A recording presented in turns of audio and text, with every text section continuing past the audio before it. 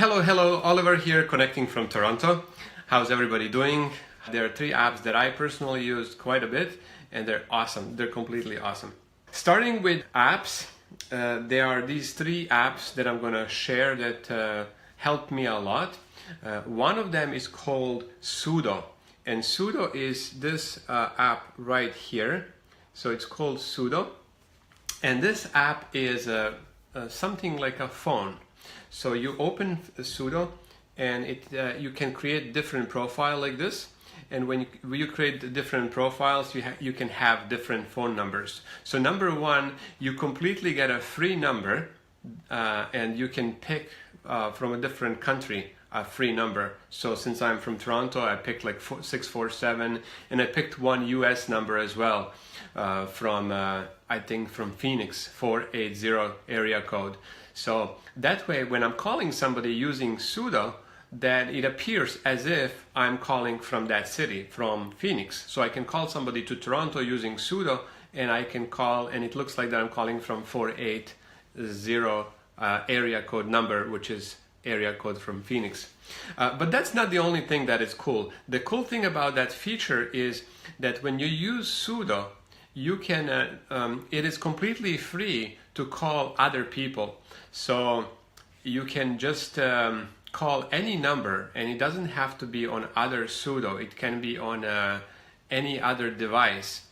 It can it can be a cell phone or can be a landline. So you can call a few countries. I think you can call United States, you can call Canada, you can call Australia, New Zealand, and UK. So you can call literally using Sudo, completely free, and you can just call a friend in the UK or in Australia, which is pretty cool, I would think. Right? That is the first app that I shared. So it's Sudo. It's like a phone. You can call anybody anywhere in those countries, and it's completely free. So why not? It's one of the apps. Another app is that I used a lot, and I remember I was staying in Thailand for 3 weeks, so I was making some calls in North America. I was doing my business, following up with some people in my team, and I would just pick up a call and call them from Sudo. The reception or the voice was really good. Obviously, you need to be connected to Wi-Fi, so you need to have internet where you're calling from. But the other person doesn't need to have Sudo account, and it doesn't have to have, internet connection. So you can literally call from your Sudo completely free to another landline, and you can get up to 3 different phone numbers. You can get 3 emails, and you can also then send a text message, and obviously text messages are completely free to send as well. So Sudo, I will post a link as well in the comments in the video when it's finished, so you can find that out more.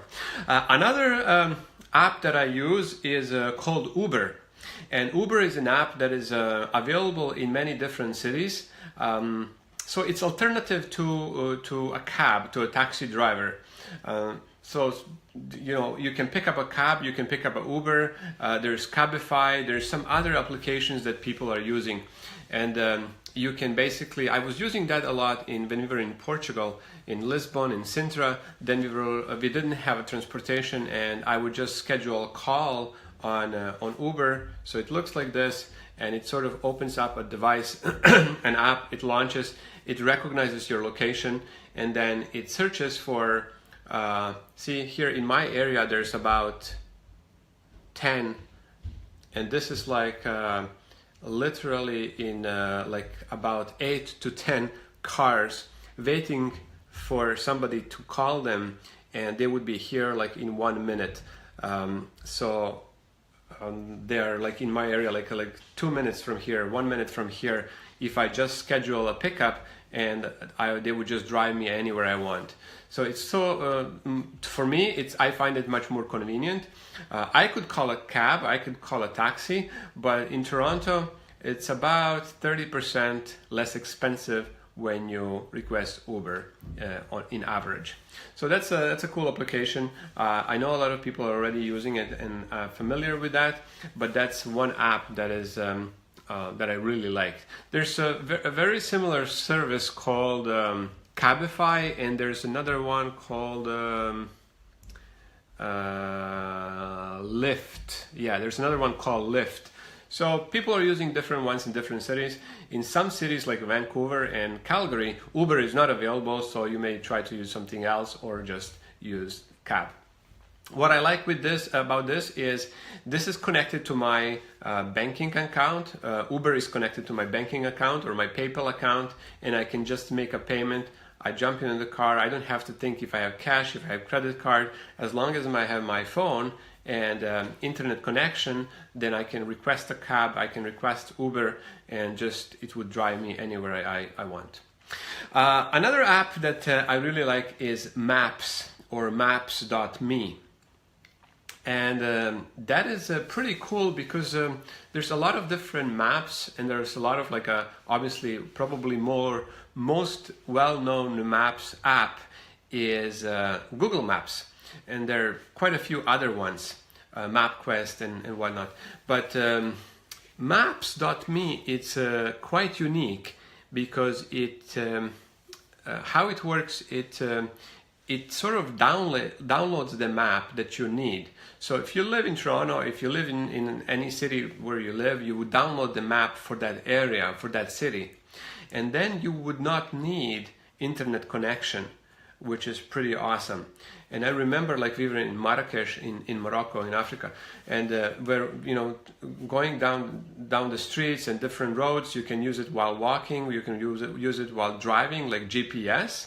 And you just download the map where you have Wi-Fi. You download the map to your Maps app, and then it automatically installs. And then you just open the app, and it looks like this. And of course, you can zoom it.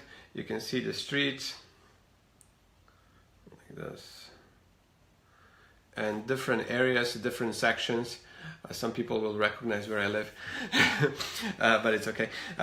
So you can sort of figure out, and you can enter location. It could be completely like a GPS for driving, which is completely free. But the best part is you don't need data. Other GPS systems, they use a lot of data when you're driving. So with this, you don't need any data.